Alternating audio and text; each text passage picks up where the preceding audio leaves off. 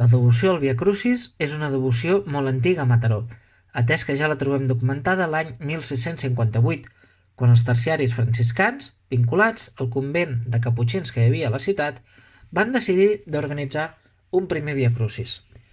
En vista de l'èxit que van tenir, l'any 1660 es van decidir a organitzar-ne un de forma anual cada dimarts sant.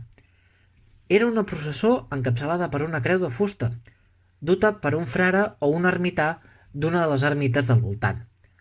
Darrere hi anaven dos frares amb ciris, acompanyant a uns frares franciscans que venien expressament de Barcelona.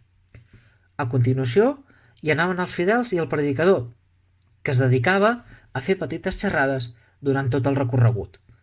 Finalment hi anava el portacreu, un home vestit de natzaret que duia una vistosa cavallera postissa i que carregava una enorme creu al coll. No obstant, amb l'expulsió dels frares caputxins l'any 1835, aquest Via Crucis va entrar en decadència fins a la seva desaparició l'any 1868. A partir de 1884, mossèn Bonaventura Castellà, ecònom de la parròquia de Santa Maria, va decidir de tornar a organitzar un Via Crucis. Per fer-ho, va reorganitzar els terciaris franciscans i va crear un cos de portants.